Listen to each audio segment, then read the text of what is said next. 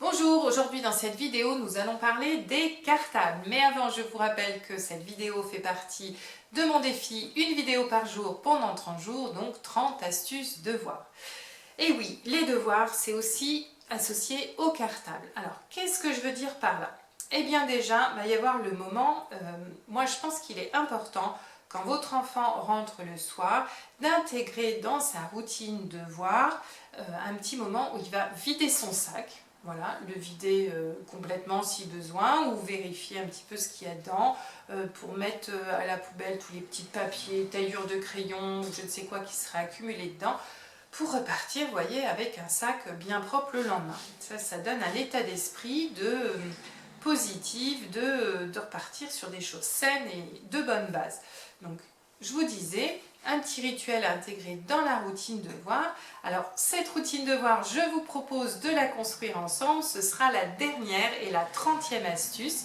Donc, c'est comment mettre en place une routine devoir. Donc, si vous ne voulez pas louper cette vidéo, n'oubliez pas de vous abonner à la chaîne.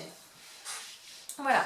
Alors ensuite, l'autre point, peut-être plus pour les collégiens, ça va être, surtout quand on arrive en 6e, c'est comment on fait pour être sûr d'avoir toujours toutes les affaires qu'il faut pour aller à l'école dans son cartable. Alors là, c'est peut-être quelque chose qu'on va plus mettre à la fin de la routine devoir, du temps des devoirs, et moi je vous conseille d'utiliser des affichages. Alors je vous mets celui que j'avais, je vais essayer de vous retrouver la photo que j'avais vue sur un autre groupe Facebook, le groupe de Anso, qui a aussi une chaîne YouTube, et qui expliquait qu'elle mettait sur la porte de chambre, je crois, tout ce qu'il fallait mettre dans le cartable.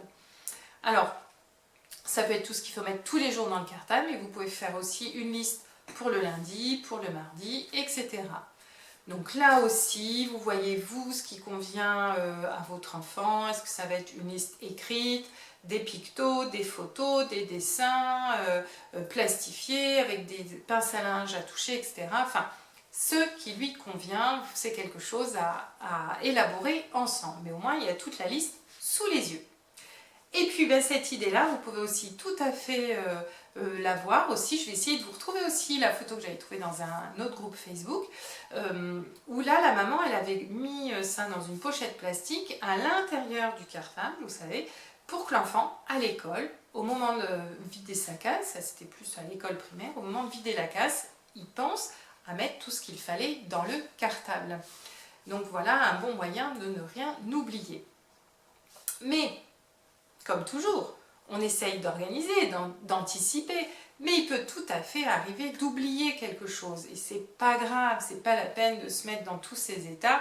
Qu'est-ce qu'on fait dans ces cas-là?